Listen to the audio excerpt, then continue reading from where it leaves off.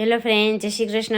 આજે આપણે જન્માષ્ટમી સ્પેશિયલ લડ્ડુ ગોપાલને ભોગ ધરાવી શકાય તેવો મેવા પાક બનાવીશું. તો આ મેવા પાક એકદમ સોફ્ટ અને બહુ ટેસ્ટ એવો બનશે. તો જન્માષ્ટમીના દિવસે ઠાકોરજીને પણ આ મેવા પાક આ રીતે બનાવી અને ભોગ ધરાવવામાં આવે છે.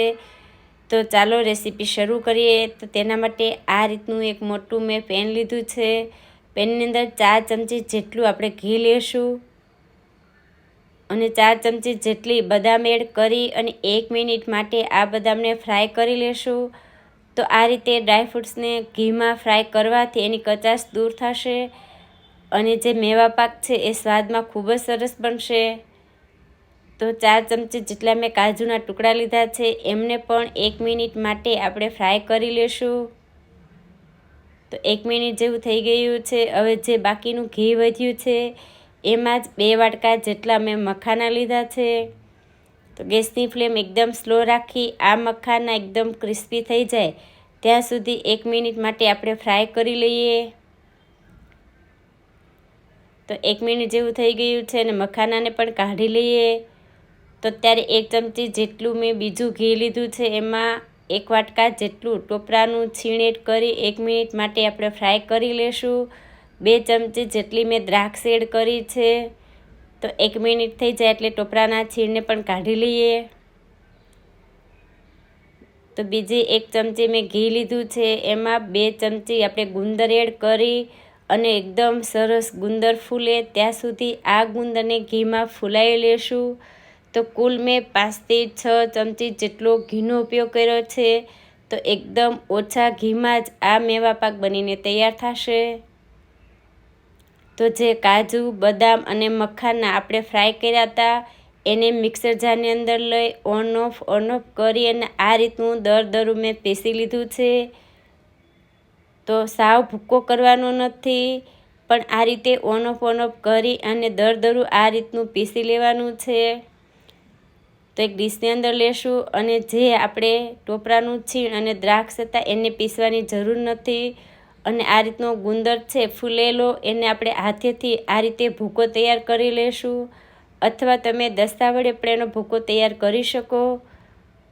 તો બંને વસ્તુને આપણે મિક્સ કરી લેશું અને આ જે ભૂકો આપણે તૈયાર કર્યો છે એને મેં આ રીતે વાટકાના માપથી 4 વાટકા ભૂકો બન્યો છે. તો આ રીતે કોઈ પણ એક વાટકાના માપથી ભૂકો ભરી અને ગોળનું માપ કાઢવાનું છે.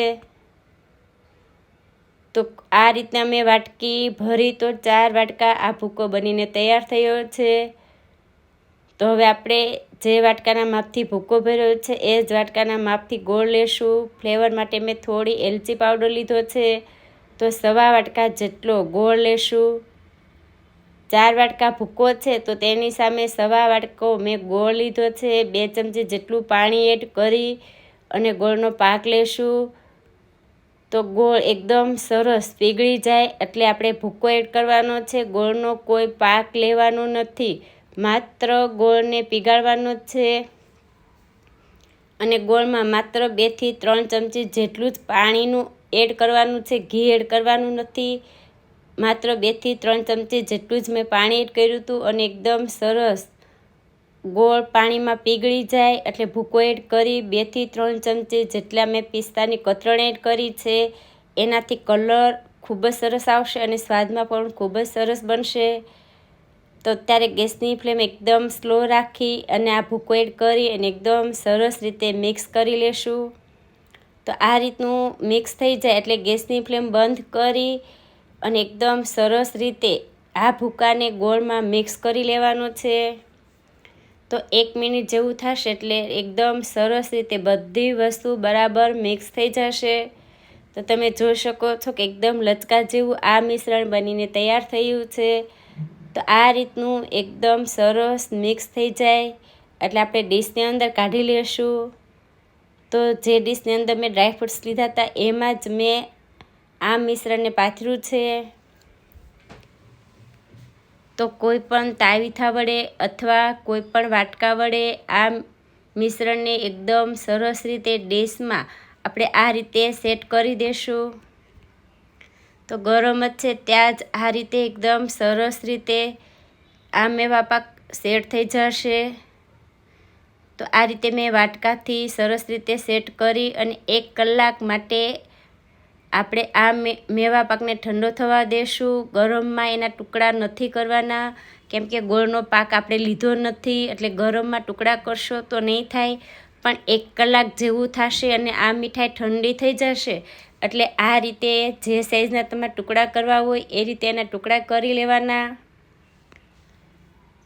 તો 1 કલાકથી 1.5 કલાક આ મીઠાઈને સેટ થવા દેવાની. પછી આ રીતે ટુકડા કરીને આપણે ઉઠલાવી લેશું, એટલે ખ્યાલ આવે કે આપણો મેવા પાક કેવો બન્યો છે. તો 1 કલાક જેવું થઈ ગયું છે. તમે જોઈ શકો છો કે એકદમ સરસ એના ટુકડા થયા છે. તો એકદમ નરમ એવો આપણો મેવા પાક બનીને તૈયાર થયો છે અને સ્વાદમાં તો ખૂબ જ સરસ. તો આ રીતે એકવાર મેવા પાક બનાવી અને ઠાકોરજીને ચોક્કસ ધરજો, ખરેખર ખૂબ જ સરસ બનશે. આ મેવા પાક ઘરમાં બધાને ભાવે એવો, હેલ્ધી પણ ખરા અને સ્વાદમાં એકદમ ટેસ્ટી એવો. માત્ર 10 જ મિનિટમાં આ મેવા પાક બનીને તૈયાર થઈ જશે. આ વિડીયો ગમ્યો તો શેર કરજો, લાઈક કરજો, ચેનલને સબસ્ક્રાઈબર કરજો.